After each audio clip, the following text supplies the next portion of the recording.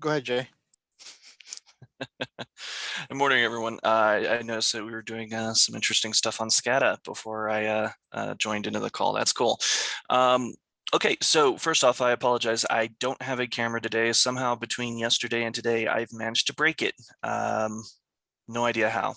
So apologies. I won't be able to.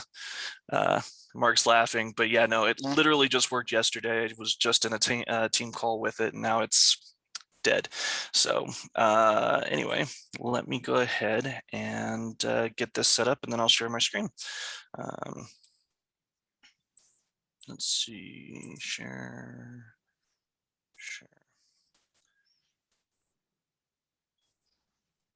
Again, good morning, everybody. If I start, roboting out or anything else that happens with Zoom, raise a hand or do something, get my attention so that I'm not babbling, into the ether. And feel free to stop me at any point if you have any questions. This is pretty much just like Nan said, it's a phishing class with some documentation thrown in, just because for me, one of the biggest defenses that an organization can have is good documentation, effective documentation, because you don't need paperwork just bogging you down. You need clear, effective communication and writing that serve a purpose. And in this case, the purpose is going to be related to phishing. So let's go ahead and start with introductions. I'll be doing most of the speaking. Unfortunately, I didn't make one of these slides for Daniel or Mark, but both of you guys feel free. If I miss something, go ahead and hop in, and I'm happy to share the mic. Like I said, my name's Jeremy Mills. I've been in IT and cybersecurity since 2004. I started with Dignity Health in 2014, and they fell under the house of brands for CommonSpiritHealth. So I've been working in Phoenix, up until just recently, since 2014. I did desk side support, information security, and identity management. And pretty much all three of those aspects have kind of given me different viewpoints on what we do as far as phishing, from the technical side to the people side, and then somewhat on how we remediate it, because identity management's a pretty big piece when someone is compromised. Next slide will be, so what are we covering? So, the basic stuff. What is phishing? You guys probably already know a lot of this stuff. So we'll go through the slides pretty quick and get to the question and answer part. And then we can kind of cover, get off the beaten trail and cover some stuff.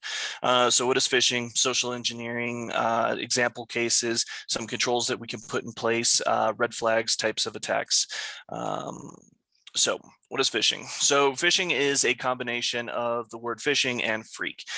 Anybody who's been in cybersecurity pretty much has an idea of how, the phone phreakers and stuff started. But for those of you who are new or maybe haven't looked into it yet, it basically started with a guy named Captain Crunch, who figured out that a whistle would hack, for lack of a better word, the old PBX systems and stuff like that. It was a 2600 megahertz, 2600, I think it's megahertz. I should have written that down. 2600 hertz that basically, gave you the equivalent of sudo admin, that type of stuff. So basically they were able to get in, make calls, make changes, do that kind of thing. So hacking, phone phreaking, all of that stuff kind of leads us into where we're at now. So phishing, Phishing, is a form of social engineering. Basically, that's using deception to manipulate individuals, and it's exploitive. What we're trying to do as a social engineer, speaking from that perspective, is to prey on people's good nature in a lot of ways. You're walking through a door and you ask them to hold a package, or you're holding a package and they hold the door for you, that type of thing. So there's a lot of instances where people are doing kind of innocuous, reasonable things that you're used to doing a million times in the world, holding the door open so that somebody can get through, or, letting somebody in even though they don't have a badge. Oh, I left my badge, something like that. These are all examples. let's see, next slide. So getting back to my example about the door, there's some instances here where, like for my floor, when we go in, you have to badge in. So you use the badge, you open the door, you go in. Well, 15 people go through at the same time. What's the point of having the badge? So that's another, kind of version of social engineering. And here is just an interesting little comic where you've got, the right answer, which is one person, one swipe, they go through the door. Multiple people through one door, that's not good. Maybe that person was fired on lunch or something like that. This is just downright inappropriate. Not only are you violating security policy, but HR is probably going to get involved if you're, riding someone's coattails through a door like that. And then, the Luke and Yoda. So yeah, obviously right out. So one of the things, I'll post this in the resources channel in the Slack channel, but when I put the slides in there, you'll notice I've added a little PDF book. Everyone else should already have access to this, but if you don't, I recommend it. It's The Art of the Deception. The Art of Deception, Controlling the Human Element by Mitnick and Simon. It's a great read for different types of social engineering kind of hacks. Doesn't require any technical expertise or anything like that. Really, it's just being friendly, that type of thing. Is everything coming through okay? It's weird because I kind of just have to talk, but everything's coming through okay? You guys are good? Yep. Okay. Awesome. Next. So one of the previous example was tailgating. Another one is baiting. This one was a big one in the military when I was in. Basically, it's the use of something that somebody wants to introduce risk into the organization. So what we're trying to do here is you put a attractive person in front of a known IT place, like in Phoenix, our building's called the GAT. So there's a lot of finance people there. There's a lot of cybersecurity people there. The idea would be to put someone in front of it with unopened USB packages and say, hey, free 1,000 gigabyte USB. And, the IT guy goes, shiny, I want that. And come to find out they've all been open and loaded with, something not so savory. So that's baiting. That's using curiosity and promise to get goods and entice users. And I promise you, this is all related to phishing because it all kind of evolves from earlier types of scams. There's also quid pro quo, which is basically offering a service for a service. These are all things that you kind of have to keep an eye out for, because what it inevitably ends up with is the big ugly ransomware, which is terrifying for everyone, especially with the whole Colonial Pipeline thing that happened just recently. For example, the Bitcoin required here is about 0.0085 of a Bitcoin. That's about $300 at current price when I wrote this. One of the things that sucks about these ransomware stuff is, like Colonial Pipeline, as far as I understand, they were made vulnerable by a single account. It had network credentials. The person had left the organization, but nobody had ever deprovisioned it. So that's one way of getting ransomware in. Another way is, like I said, that free 1,000 gigabyte USB stick that they just gave you on your way into work. Leads to bad things. So it's one of those things where, as cybersecurity specialists, we kind of have to keep our heads on a swivel because, well, it comes in all forms. So let's get to the actual meat and potatoes of this, phishing. There's a lot of different types of fish. You can see on the side, we've got vishing, smishing. We'll go through all those. Vishing, this is actually becoming a more common one. It's the fraudulent practice of making phone calls or leaving voice messages purporting to be from reputable companies. They'll cold call you. They'll ask you to stay on the line. They'll, have you dial 9 to connect to a representative. Sometimes it's a robot call and it's able to spoof the number. And I'll give you personal experience here. Last year around tax time, I basically received a phone call that said, hey, if you don't want to be audited, you need to stay on the line and talk to one of our representatives. It was a voicemail. So the fact that the person was already giving out all that information onto a voicemail where I don't identify myself on my voicemail, that's red flag one. The second red flag is, like I said, that phone number isn't a normal, the area code, all of the phone number was just weird. So I went onto Google and I started looking for it. And it turns out it was a local mechanic. So the phone number was spoofed from someone overseas. Third, like I said in the bullet point, dial 9 to connect to a representative. There's no way that you're ever going to get a cold call and they're going to tell you to hold on so that they can. This is all a big switcheroo so that they can get you linked in with someone who will try to scare you into doing something foolish like giving up your credentials or something like that. So that's phishing. It could be voice or voicemail. So be aware of that. It's new form.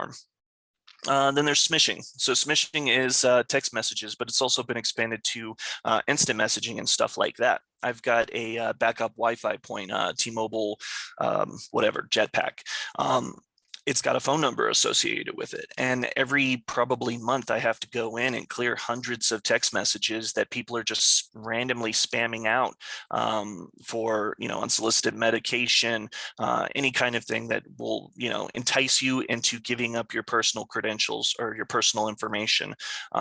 So that's something to kind of keep aware of. Again, Google numbers, most of us here have experience with IT. In general, or just using Google. My Google number is constantly getting calls from people, whoever owned the Google number before. So something to keep in mind with smishing, because I've gotten random text messages that way. Now we're into actual phishing. So this is back to email phishing. So spear phishing is an email and electronic communication scam targeted towards specific individual, organization, or business. Now, what that means specifically is they've tailored it. They've tailored it for your organization. So Common Spirit, we're healthcare. They're going to send it specifically so that it says something along the lines of COVID or something like that, something that's going to get the attention of someone in healthcare. They can specify it even more. So with spear phishing, they can dial it down to, your name or maybe just a last series of names or something like that. So that's a very targeted attack that's specific to an audience. When we go to whaling, it's the same kind of targeted phishing attack, except instead of just being aimed at, Joe Schmo, it's aimed at your executives. So this is the intent to compromise them into doing something silly, because if you're CEO, if I do something silly, no big deal. Odds are I don't have the power to do anything major or long lasting. If your CEO does something silly, that could have a lot worse ramifications. So that's what whaling is. Cloning is reversing of whaling. So basically, somehow they've gotten into the email thread, and they're starting to take aspects of what the CEO or important person, pretty much the cloned person, they're taking aspects of the email. And I've got examples of these, by the way. Don't worry about that. This is just informational at this point. So they're cloning the account. They're taking elements of what's already already transpired, and then they're going to resend it and then act like, okay, well, if I resend this as compromised CEO Von President at Common Spirit 1M, maybe whoever is receiving it will just think it's a mistake, like I just repeat it myself or something like that. The difference between CEO Von President and CEO Von President at the different domains is kind of huge, but it's an easy thing to miss, especially if you're busy or you're not used to working with someone at that level. I mean, honestly, at my level, I only work with VPs and stuff like that. I never work with anybody above that. So if, my president and CEO starts emailing me, there's going to be a certain amount of panic that may override the rational part of the brain and says, okay, yes, sir, I'm right on that. I'm going to do that right now. Never mind that I'm responding to common with one M instead of the correct president.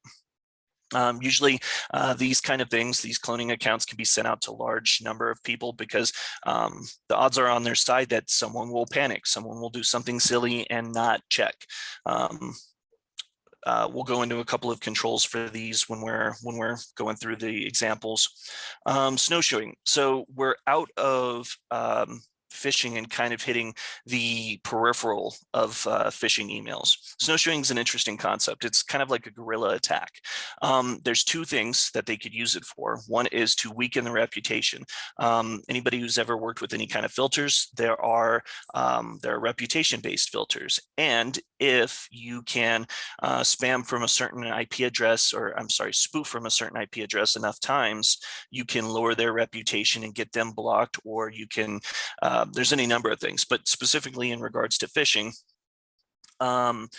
we're trying to bypass a filter. In the app section, I go over a couple of those. Nothing too in depth because this is kind of an agnostic phishing class, but like Cofense and those kinds of things, they have filters that route those things out. They make the analyst's job a lot easier. However, they can be subverted by keeping the numbers low, keeping under the threshold for certain indicators. If a spam mail is sent to 1,000 people, maybe that gets marked. If it's sent to 10 people, it doesn't get marked. So that's able to bypass that filter if that was just the only regulation in there or the only rule in there. So that's what snowshoeing is.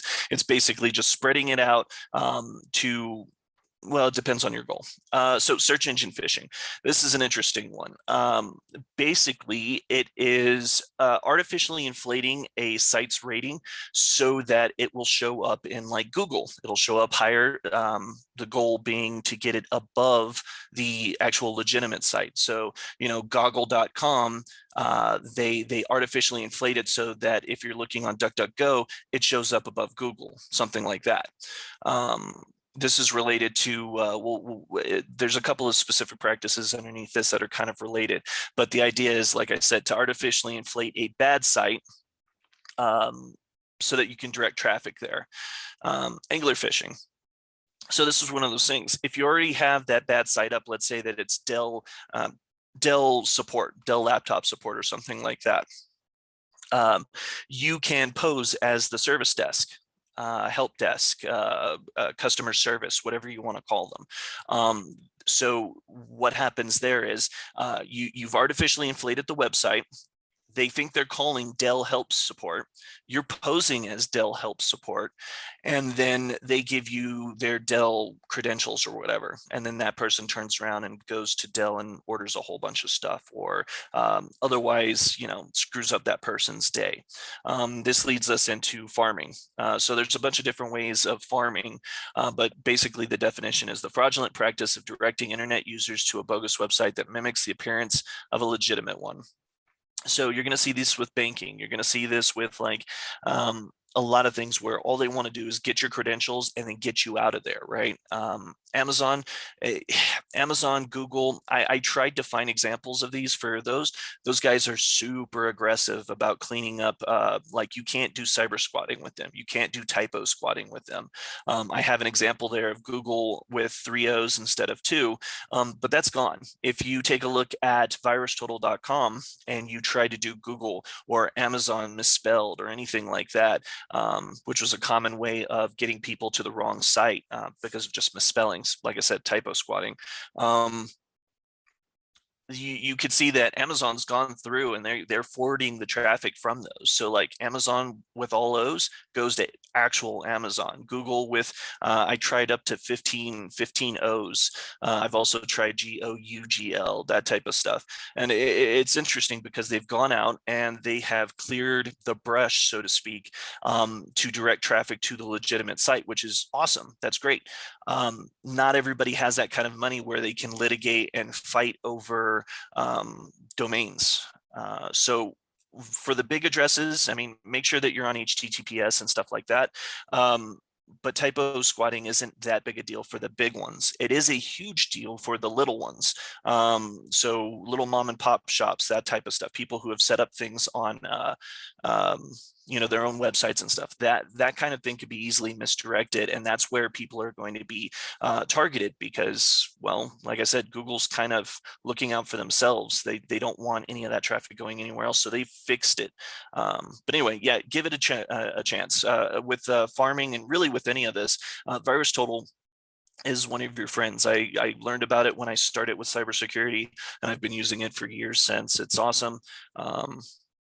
I'm not going to plug them too much, but it's definitely useful when you can throw a file in there and scan it for free, or you could throw a URL in there and make sure that it's free, that type of stuff. So something handy to keep on you if you don't already have it.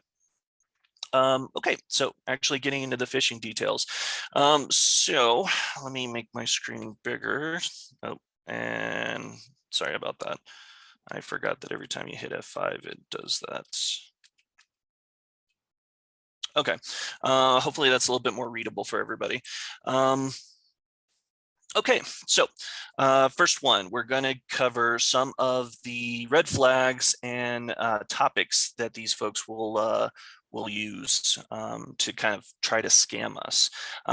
First off, we'll just go through and we'll take a look at this. This person's using emotional language: dearest friend, thank you, may God bless you, every year, thousands of lives. All of these things are kind of, designed to kind of pull on your heartstrings a little bit, so that maybe you're not thinking as clearly as possible. Because they're reaching into your environment, there's not a lot that they can do as far as compromise you. You have to compromise yourself, right? So the attachments and stuff, don't ever click on attachments unless you can scan them. If you're in an enterprise where they're scanning and blocking those kinds of things, that's great for you as a person, for you as a cybersecurity professional, because we're all going to have elevated access. We're all going to have those more that much more credentials than the average person. Be very, very, very careful when it comes to attachments. I don't cover attachments in here. I probably should have. The ones that I feel that people get caught up on are these links, and you can see here. So when I wrote these, you can, if you haven't done it, the thing that you link is not the URL that it clicks on. And one of the most common things that you can, or the easiest things that you can do to prevent being fooled, is just to hover over the thing. Now, this isn't a true email. Obviously, it's a screenshot of an email that I wrote. But when you hover over this, it says VirusTotal. I pretty much just threw that in as a URL for everything. So this link, they basically go to VirusTotal. These aren't malicious, but in the real world, they would be. They would take you somewhere that you don't want to go. So again, let's take a look. So first off, look at Dark told me at reddiffmail.com. So what the what this is an India mail provider. So kind of like Hotmail, but specific to like the Indian subcontinent. It's not a red flag in and of itself, but if you don't know anybody in India and you don't have business with them, I mean, like everybody that I work with in India, I work with through business. They have Common Spirit addresses or NTT data addresses or what have you. Reddiff.mail or reddiffmail.com is a red flag for me, because I don't have any operational connection to these, and then I don't have any personal connection to these either. So that's right off the top a kind of a red flag for like what we need to look out for.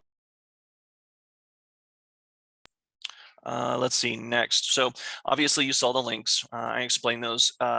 There is the vanity, which is the the blue part that you're seeing, this link and link blah blah blah, and then it actually redirects to another URL.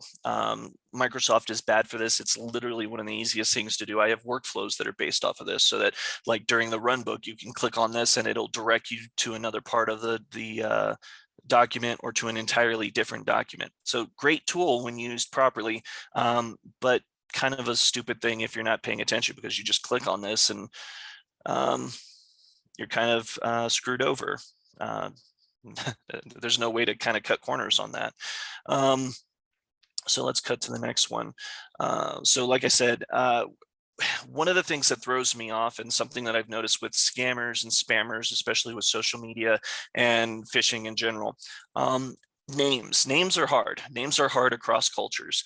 And I don't want to get into anything or sound offensive or anything like that, but names are one of the biggest things that I see that indicate a scammer. Because when let's say I, as an American, try to make a fake name for India, this is going to sound terrible, but I'm going to say Amit Kumar or Ram Kumar or something like that. It's just the way that, as a culture, we are kind of programmed. The same thing with when you're on the other side looking in. A lot of the spammers from outside the United States don't quite get the grasp of first name, last name, given name, surname, that type of deal. So what you'll see is a confusion there where it's either two first names. My name is, Jason John. Well, how many people do you know have a last name of John? It's usually a Johnson or something like that. In this case, it's a Miller Greg. That just sounds weird. It's not to mean that it doesn't happen, but it's just another one of those indicators. And when you pair these all together, the whole thing just, sounds fishy. Haha. Sorry, punny. Anyway, the whole thing sounds fishy, but the deal is that you have to keep kind of on top of these little nuanced things, and this is obviously telegraphing it. Not everyone's going to be Miller Greg or Jason John or Jeremy or something like that. It's going to be something a little bit more subtle, but keep a lookout for it. I already pointed out the emotional language here. Like I said, it's to get you feeling and not thinking. And as IT professionals, we should always be thinking and probably less feeling. I mean, we should feel for the customer when we're working with the customer, but when we're examining stuff like this, dispassionate helps. Okay, so next one. Sorry, let me grab a drink. Alrighty. So right off the top, there's a couple of issues with this one. This is, well, there's a couple of issues. United Way of the Phoenix, that's weird, especially if you've lived in Phoenix for how many things do you know United Way of the Phoenix? This isn't Harry Potter. That's weird. Everything else here, except for Fisheries Union and Derpity Derp Esquire, everything else here is actually legit. This is a phishing email, or this isn't a phishing email, sorry. I made this example, but it's based completely off of the campaign toolkit from the United Way.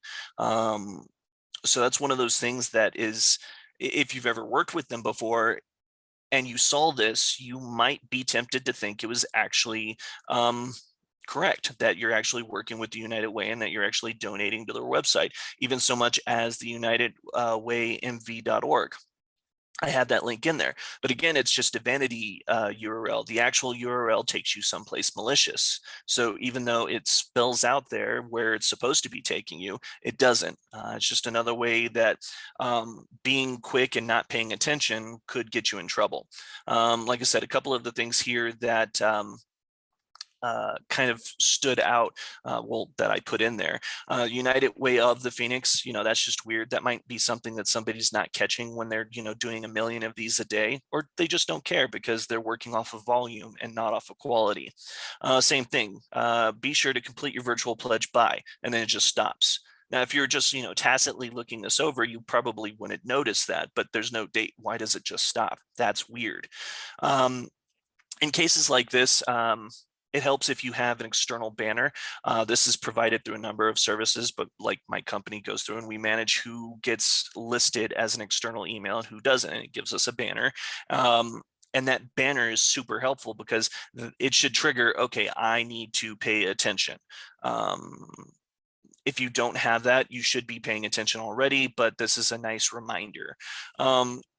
So as far as Derpity Derp Esquire, if you get one of these and this looks pretty legit, like I said, at least it should, because they pulled it from the toolkit. If you get one of these and you're not sure about it and it's got these weird little glitches in it that don't really make sense, it's okay to reach back to Derpity Derp and have them confirm it. Reach out through a third channel. Don't hit reply on this one. Start a new one. Make sure you're sending it to the correct email. This works for the CEO one too. Like if your boss has been cloned and he's reaching out, get off that thread. email them on a known good one, or do out a band and call them if you can. I don't know if you can call derpity derp, but if you can, call them. And then you can pretty much verify whether or not they've done something like this. Let's go to the others. So like I said, this is the campaign toolkit. This kind of stuff is like a really quick find on Google. It doesn't take people very long to find something like this to, that not all phishing emails are a Nigerian prince or anything like that. Sometimes they're pretty legit because people put this kind of stuff out there to help, and it ends up doing more harm. Okay, so more for epidemics. So this one's using more emotional language. Let's see. Yeah. Okay. So this one's using more emotional language. It's using the fear of COVID to get you to click on something, right? You want your COVID-19 shot. Let's say that your workplace made it mandatory, or not that the government did, but the government made it mandatory. Let's just say that there's some kind of ticking clock here that says you must get this, and it again making you think with your hindbrain as opposed to your logic and stuff like that. So both of these links are malicious. This is actually a live one that was sent out. I didn't make this one. So it's something to kind of keep in mind that this kind of thing happens all the time, and they change it depending on what's going around. So again, be careful. Like I said, the links in both cases don't take you to a PDF or anything like that. They actually took you somewhere bad. Okay, so economics. So here's an interesting one. Your Bitcoin wallet is expiring. Urgent and immediate action is needed to prevent your 2,477,119 Satoshi from being deleted. Click here on the following. So if anybody's got Bitcoin, Satoshi's the little, the smallest chunk of Bitcoin that you can have. So having 2 million gets you about $1,000 US. If you notice, everything here is kind of like gauged to make someone twitch. You've got the immediate action required in the red banner. You've got, save your Bitcoin. That's emphatic. It even kind of it lends itself a little bit of legitimacy because you've got digital mint Bitcoin ATM, and then there's a URL. Follow us on Instagram, and it's even got like a real address. Believe it or not, this is actually a real place. It's a digital mint Bitcoin ATM at I don't know, a cash checking place or something like that.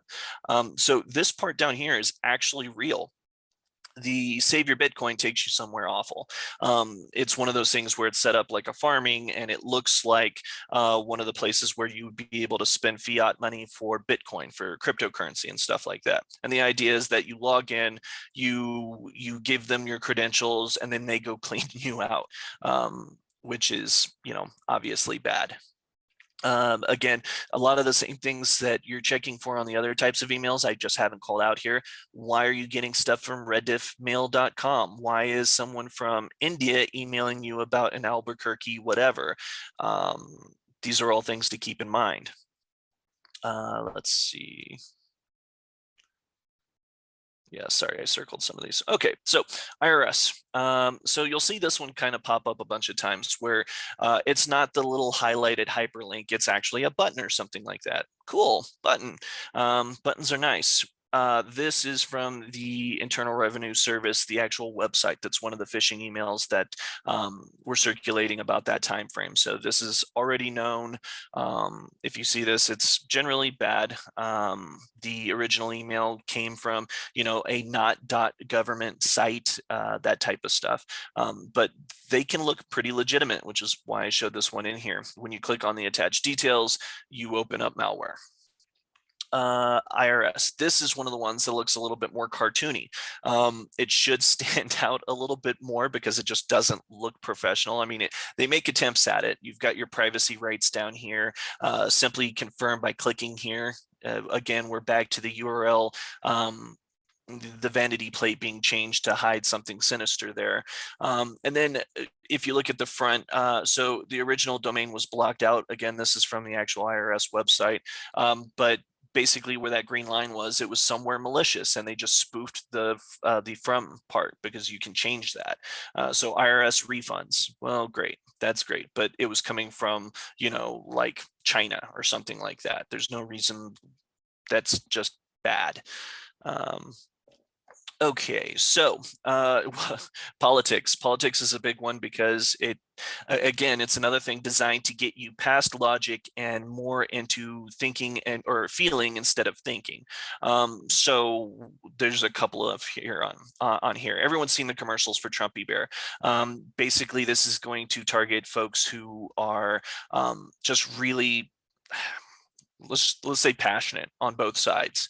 So what it is it's just a picture. The order now button is actually fake. So the idea is you click on the order now button because you really want that Trumpy Bear. It's something about the flag cape. You just really have to have it. So you click on the order now, it doesn't work. You click on it again, it doesn't work. Well, it's just a picture. There's no code in this. Otherwise, it probably gets stopped by a filter. So what you do is you give them the out here, click here, and it sends them somewhere malicious of their own will. But they thought they were getting a Trumpy Bear, and instead they get a virus or something like that. And then for the other side of the house, so our, you want to support LGBTQ plus President Biden. You want to, do all of that stuff. You go to the Shop Now button, and clicking. So you click on Shop Now. You click on Shop Now. It doesn't work. You're not getting your Democratic pride. Like I said, this is a screenshot from the Democrat store, believe it or not. You click on it, it doesn't work. You click on it, it doesn't work. And then nothing works. So you click here and it takes you to somewhere bad. And this is playing off of people's, it's playing off of people basically. It's not right and it's not fair, but here's where we are with it. So it's interesting.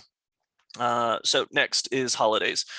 So holidays are kind of all over the place. Everybody's got holidays. One of the ways that I've seen this kind of used is Dear Employee, has it really been this long since we celebrated? Happy Rabanica. Obviously, fake holiday.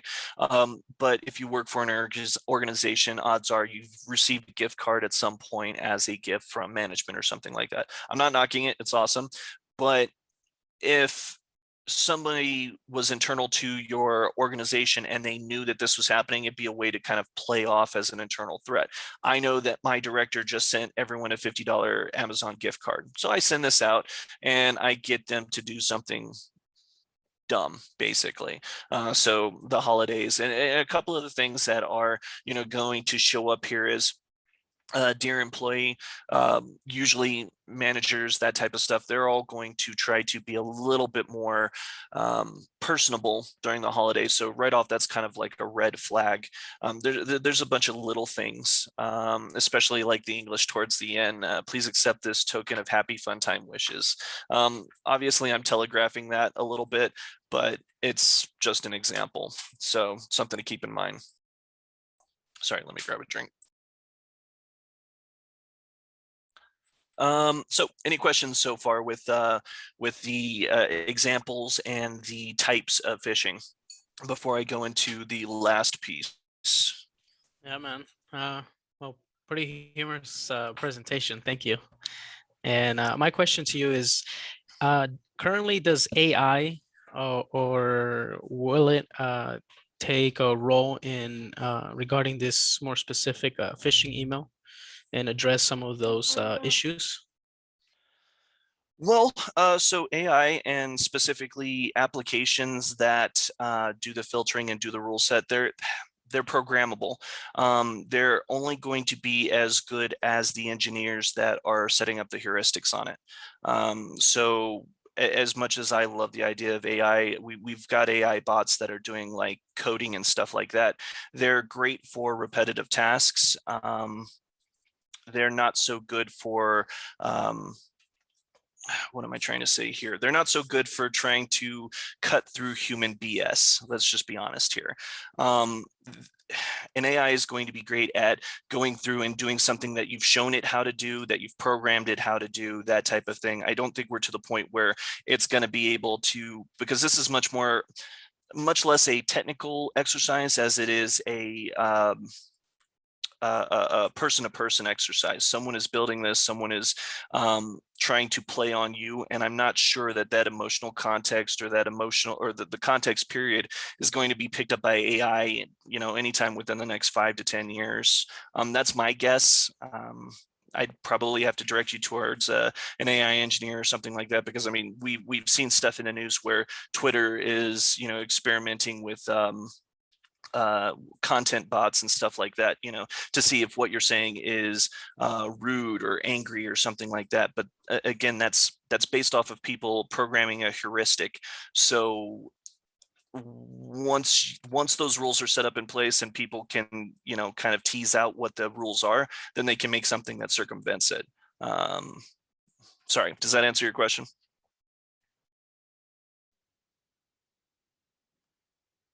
I have a question. So how do you create awareness to your employees about phishing in your organization? And do you perform any trainings, and how often? So that's actually the next section, which if nobody else has any questions, I can actually go into that part and cover it. Sorry, it's a great question, but I'm sorry. I do have. Actually, Ursula actually took the question I was asking. It's awareness. Like it seems like a lot of the vulnerabilities comes from the employees, even upper management, the ones that have the more permissions, lack of awareness. So what we do, just to do a quick overview for awareness, is we do simulations, and we send out the simulations. Well, the simulations are sent out. We don't send them out, and we go through our phishing collection points, I'll say, and everybody that's if they think it's phishing, they hit this button, and actually there's even been cybersecurity professionals within the organization that click on a link because the simulation seems so real that it's like, oh, wait a minute, yeah, I did this, or I went shopping on Amazon on my work computer, and now Amazon is telling me I got to do something. So they click on a link and oops, it's a phishing email, and those metrics get sent up to higher. And it's just awareness is just people talking about it, and people understanding. And the biggest thing that we try to get the organization to understand is don't click a link if you don't know who it came from. Go ahead, Jeremy. Great, thank you. Yeah, no, that's beautiful, and that kind of segues into. It sounds like everybody wants to get into the actual kind of operational piece of this, which I'm more than happy to do. So, as far as applications go, this goes back to the AI question. Cofins, Proofpoint, Sophos, all of these different vendors all have different ways of filtering, blocking, and otherwise managing the bulk spam emails that come through. But things like snowshoeing, like I mentioned before, make that difficult. So it's a constant give and take between the engineers, fine tuning to make sure that we secure the environment enough that we're blocking out 99% of the bad things. But we can't block out everything. Snowshoeing and stuff like that. Like I said, if you stay under the radar, so to speak, by only sending like 1 or 2 emails or something like that, or 10 emails or whatever, then a lot of these applications aren't going to do you any good, because they're built for, my organization's like 120,000 people. So we're looking at millions of emails. They're not concerned about emails like less than 5. So that's why I'm kind of skipping over apps to get to the human element of this, which is like you guys brought up, it's training.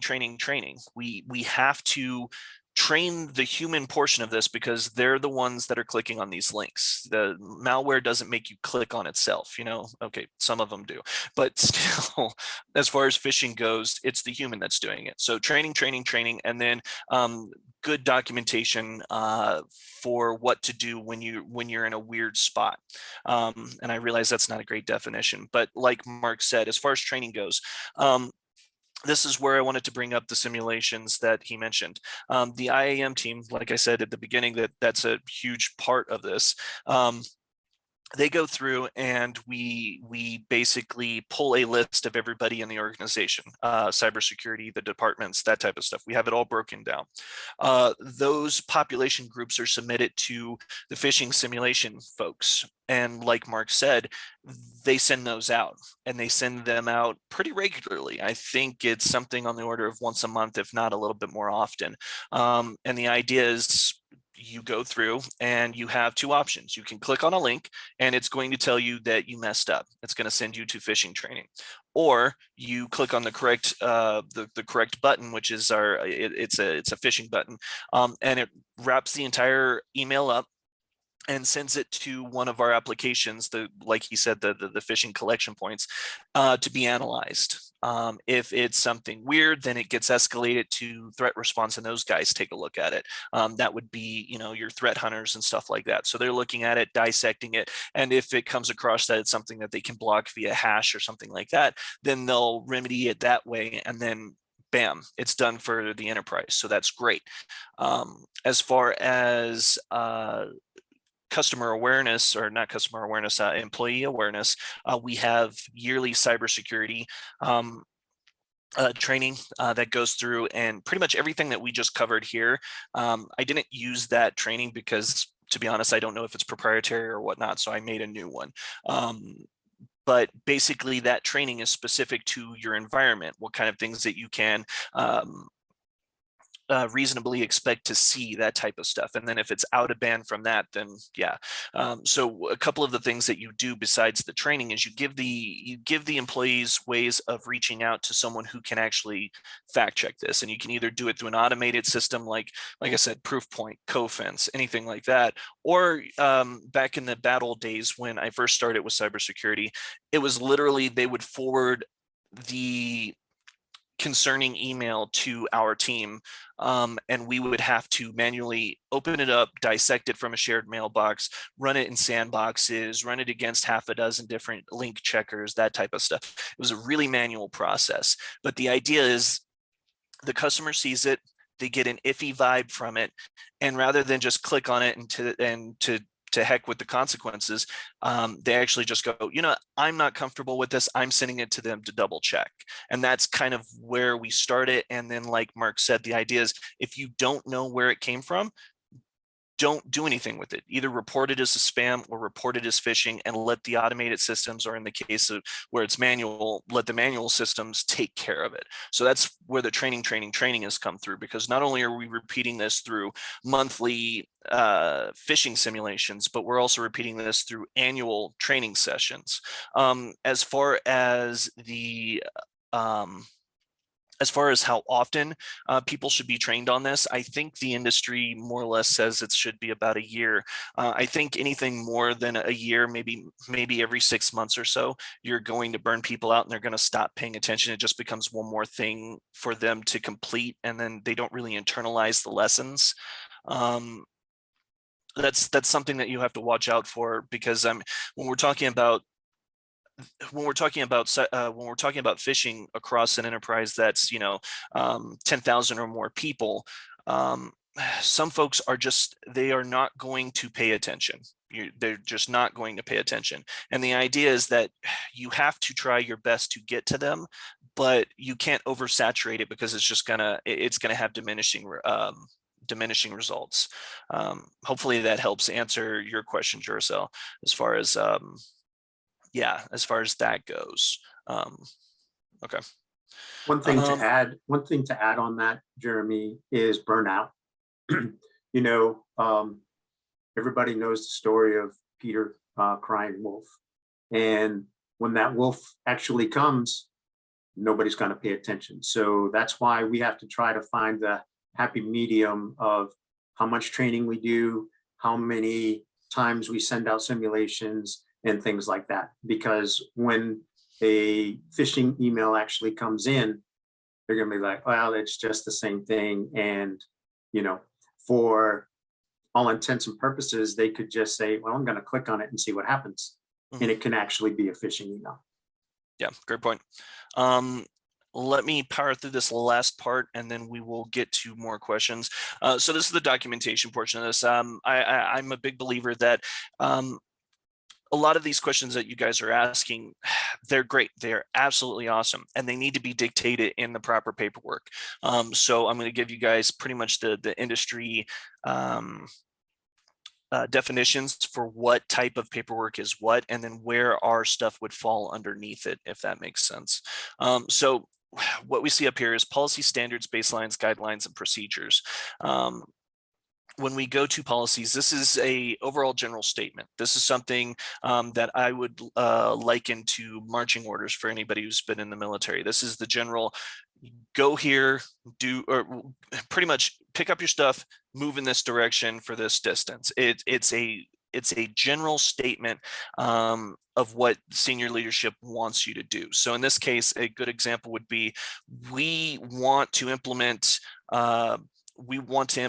applications and controls to prevent phishing risk, right? So that would be a real general policy. It doesn't say how to do it. It just says, we want to do this. We want to control for this risk.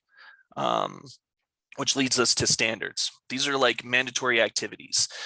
Basically, these are the things that will support the policies. We're still not, when we're talking about standards, we're still not talking about technical, all the way down to this is how you report a phishing email. But it's lower, it's more specific than a policy, but less specific than baselines, guidelines, procedures, that type of stuff. It's basically saying, if this, then that, and then the X and the Y are something that can be adjusted for vendor and stuff like that. Baselines, I mention this just because it's a type of documentation. It's not super useful to us right here while we're talking about phishing, but baselines are basically creating a reference point. You can create a baseline for computers by scanning them, that type of stuff. But what I'm speaking about in this case is we've set a standard by which to measure ourselves in the future. So if we do better, one of the things that Common Spirit did, and I think is still doing, is we go off of NIST baseline so that we've got scores for a bunch of different specific subjects for the organization.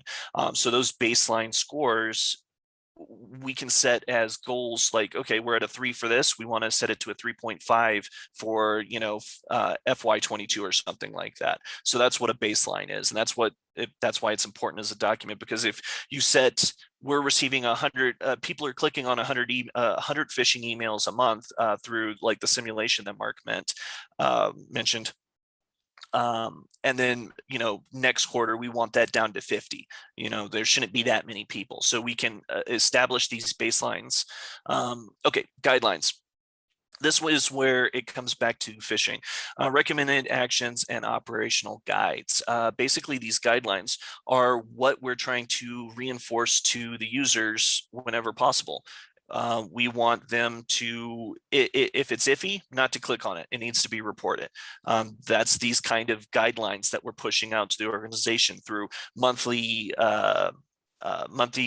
campaigns, yearly training, and even word of mouth, because you know who the IT department is in your organization. You speak to them, and the IT department speaks to cybersecurity if they're not the same thing. So even through word of mouth, when something gets back to me, hey, Jeremy, this is a really weird email. What would you do with it? Absolutely report it. Report it, report it, report it. Don't click on it, report it. It's always better to be safe than sorry. And then that gets us down to procedures, detailed step-by-step tasks. So the deal is that this is when you get into what would normally be considered like a run book, where it's you as an analyst, this is to help you complete a task in a standardized process across the board, so that me and Mark, even though we don't work on the same thing every day, when we need to do the same task, both of us are going to complete that task in the exact same fashion because we have these procedures set up in place. As far as that goes, I have an example of one that was not filled out. Here we go. So I'll show you the template that I built forever ago for the organization and has been more or less standardized. And this is just one of those, for us, it's called a standard operating procedure, but it's literally the how-to for how you do something. Obviously, I'm not going to give you the real one, but this is this is all the stuff that's kind of required. I mean, we've got versioning history, we've got definition of acronyms. So like if I give, well, I need to go modify the ACB. Well, what's the ACB? I may not know that. I may not have worked on this team for 6 years, and now ACB is completely out of my vocabulary. Attachments, that's self-explanatory. Approvals, we try to do document management whenever possible. I realize this is kind of a weird segue, but this is all stuff that helps prevent phishing when you have it in place. So again, document management, that's super important. This would be where you would fill out the XYZ. This is how you click on the phishing button to report it. And then that's just a kangaroo mouse. He's just there. So enjoy it. But yeah, this is just one of the SOPs that we use as a default. So I realize that's kind of a lot lumped together. Please, any questions in the time that we have left, or anything, Mark, that you want to add, or anything that I've missed? I have a question. Absolutely. So a lot of companies issue their employees laptops and or phones and tablets. And so do you guys have like a policy as to what to use and not to use? Because I know there are a lot of ways of, viruses and things to get in. A lot of them through extensions, because through Google Chrome extensions, that's one of the biggest ones that some of us use just, for the different apps that are attached to it. And through that, you could get like, viruses and all that. And also, like if you're trying to, send out email, you want to download an image or whatever, then you get a Trojan horse. So does your company have like a policy as to what you're able to use the given apparatus for? So to a certain extent, I don't think there's an overarching list of what's allowed and what's not allowed. It depends on what you're specifically talking about, but you mentioned extensions. So let's start with that. We recently actually switched over to Google. And one of the things that they did is they run a local instance where basically our Google admins control what extensions can be loaded on Chrome windows that are logged into. So let's take a normal Chrome browser. If I log in with my personal Google email, then all bets are off. There's no management there. It's just me managing it. So I can download whatever extensions that I want. If we're talking about my personal laptop, those extensions could very well be bad. That would have to be caught by some other filter other than like the Google administration, right? So those extensions would be caught either, well, we've got half a dozen agents that detect malware. So if they detected it, they would probably alert it. And then I'd probably have a very sternly worded conversation with my threat response team, them telling me, hey, that's bad, don't download that. As far as if I log in with my CommonSpirit Google address, like I said, that authenticates me into what our Google admins are already controlling, which are internal to the team.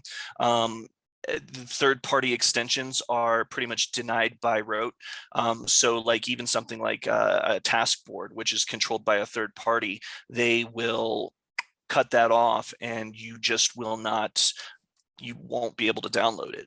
So those kinds of extensions, that kind of vulnerability is managed out at a practical level as opposed to, let's say, the equivalent of a whitelist / blacklist on, extensions and applications and stuff like that.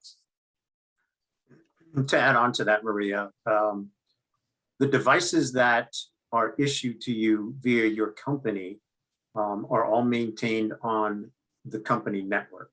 So all the tools and applications and everything are run through the network. So that's where all the protection is. As far as companies that allow you to BYOD, bring your own device, that's a whole different animal. And they have policies and procedures in place And you have to have specific specifications on your device that they would allow you to run your device on said network. We do not allow people to utilize personal devices on the network. Thank you, Mark. Thanks, Maria, for the question. And thank you, Jeremy and Daniel, for your presentation. It is 10 a.m. on the dot, so I want to be mindful of your time as well as Freeport-McMoRan. There are a few questions in the chat. Jeremy and Mark, if you want to answer them in the chat, feel free to do so, but we can also migrate this conversation onto Slack as well. And so if anyone wants to unmute and say thank you to Mark and Jeremy, please feel free to do so. Thank you so much for your time. You're welcome. Thank you. Thank you Very much. So appreciate it. Very informative.